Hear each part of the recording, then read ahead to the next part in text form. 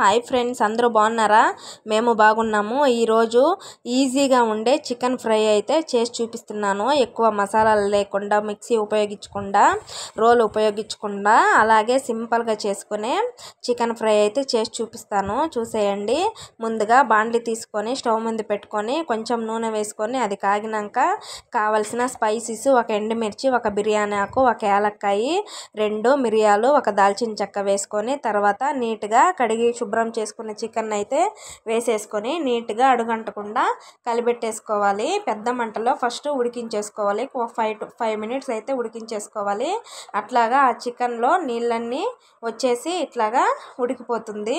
నీట్గా ముక్క గట్టిగా బ్రౌన్గా వచ్చే వరకు అయితే సిమ్లో పెట్టేసుకొని స్టవ్ ఇట్లా ఉడికించేసుకోవాలి. ఇక్కడ చూపిస్తున్నట్టు ఇలా ఉడికిపోయి ముక్కంతా నీట్గా రెడ్ కలర్లో అయితే వచ్చేస్తుంది, గట్టిగా అయిపోతుంది. అప్పుడే ముక్క బాగా ఉడికినట్టు మనకు తెలుస్తుంది. తర్వాత కొంచెం సాల్టు, కొంచెం పసుపు, కారము అన్నీ యాడ్ చేసేసుకొని నీట్గా కలిపెట్టేసుకొని మూత అయితే పెట్టేసుకోవాలి. ఆ ఉప్పు కారం నీట్గా ముక్కకి పట్టేలాగా చిన్న మంట పెట్టుకొని ఒక 5 మినిట్స్ అలాగే నీట్గా ఉడికించేసుకోవాలి. తర్వాత కొంచెం కరివేపాకు, తురిమిన అల్లం కొంచెం అయితే ఇక్కడ నేను అల్లం తురిమి దాన్ని కూడా వేసేసుకుంటాను. తర్వాత కచ్చా పచ్చగా దంచిన 4 తెల్లబాయలు అయితే వేసేసుకొని నీట్గా అది కూడా ముక్కకు పట్టే వరకు ఉడికించుకోవాలి. ఇక్కడ కరివేపాకు కూడా తర్వాత నేను యాడ్ చేసుకున్నాను. ఈ కరివేపాకు, అల్లము, తెల్లగడ్డ ముక్కకి నీట్గా పట్టేసుకోవాలి.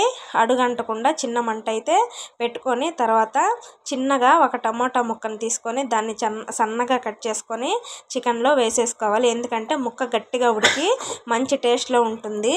అప్పుడైతే టమోటా వేసుకుంటాం కాబట్టి ఆ ముక్క కొంచెం మెత్తబడుతుంది. తర్వాత ఇలా ఉడికినాక ఒక 2-3 మినిట్స్ మూత పెట్టేసి బాగా ఆ మసాలాలు, టమాటా అంతా ఉడికే వరకు చిన్న మంట పెట్టేసుకొని మూత పెట్టేసుకొని ఉడికించేసుకోవాలి. తర్వాత ఇక్కడ నేను కొంచెం ధనియాల పొడి, చికెన్ మసాలా పౌడరు, కొంచెం గరం మసాలా పౌడర్ అయితే యాడ్ చేస్తున్నాను. అవంతా వేసి నీట్గా కలిపెట్టుకొని మళ్ళీ కొంచెము సిమ్లో ఉడికించేసుకోవాలి. మూత పెట్టేసుకొని ఒక 2 మినిట్స్ ఇలా ఉడికించేసుకుంటే అన్ని మసాలాలు ఆ చికెన్ ముక్కకు పట్టి కొంచెం గట్టిగా మెత్తగా అన్నీ చాలా బాగుంటుంది.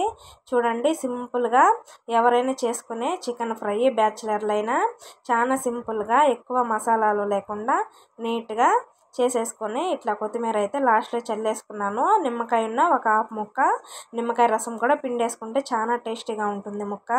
తర్వాత ఇలా వేసుకొని వేడి వేడి అన్నము చికెన్ ఫ్రై అయితే వేసుకొని తిన్నాను. ప్లీజ్ ఫ్రెండ్స్, అందరూ నా ఛానల్ని సబ్స్క్రైబ్ చేసి ఒక లైక్ అయితే ఇచ్చేయండి. Thank you.